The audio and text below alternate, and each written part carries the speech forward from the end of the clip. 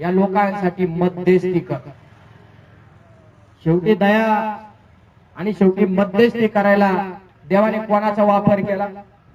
शेवटी पाषाणाचं हृदय, कपटाचं हृदय बदलण्यासाठी शेवटी त्याच देवाच्या सेवकाला त्या बंडखोर लोकांच्या विरुद्ध मध्यस्थी करावे लागली का ते मरावे नाहीत वेळेच्या अगोदर।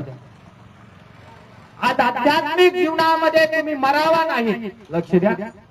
आत्मिक जीवनामध्ये तुमचा मृत्यू होऊ नये म्हणून तुम्ही जर देवाच्या दासाच्या विरुद्ध पूर्ण जगभरात कोणी कोणाला पाहत नाही, कदाचित पाहत असाल, कदाचित पाहत नसाल, तरी देखील देवाच्या सेवकांच्या विरुद्ध लोक काय काय काय काय बोलत असतात। परमेश्वर या लोकांना बदलण्यासाठी पुन्हा देवाच्या दासांना म्हणतो की त्या लोकांसाठी मध्यस्थीची प्रार्थना कर, कारण त्यांचं आध्यात्मिक जीवन नाशवंत होऊ नये आणि त्यांनी मला सोडून पुन्हा एकदा सैतानाच्या ताब्यामध्ये त्यांनी जाऊ नये आणि त्यांचा मृत्यू जो आहे होऊ नये लवकर, आणि मेले तरी ते अधोलोकात किंवा नरकामध्ये जाऊ नये म्हणून तो म्हणतो मोशे त्या लोकांसाठी आता मध्यस्थी कर। जरी तुझ्या विरुद्ध वागले लोक, जरी सेवकाच्या विरुद्ध वागले लोक, जरी सेवकाच्या विरुद्ध बोलले लोक, तरी देव काय म्हणतो, घडा तू त्यांच्यासाठी प्रार्थना कर।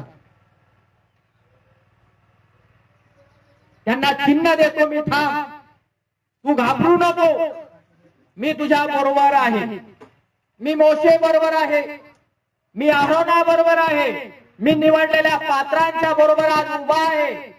परंतु देव म्हणतो त्यांना सुधारण्यासाठी, त्यांचं मन बदलण्यासाठी, त्यांचं मन परिवर्तन होण्यासाठी मी तुझ्याकडे एक चिन्ह देणार आहे। तुझ्याद्वारे ते चिन्ह त्यांना समजेल आणि त्यांचं कदाचित मन बदलेल, ते पश्चाताप करतील, ही देवाची त्या पाठीमागची इच्छा असते। म्हणून लोक ज्या वेळेस बोलतात त्यावेळेस आम्ही उत्तर का देत नाही, याच्या पाठीमागचं रिझन आहे, कारण इथं आहे। मग 8 दिवस जातात बघा, 15 दिवस जातात आणि मग महिना जातो।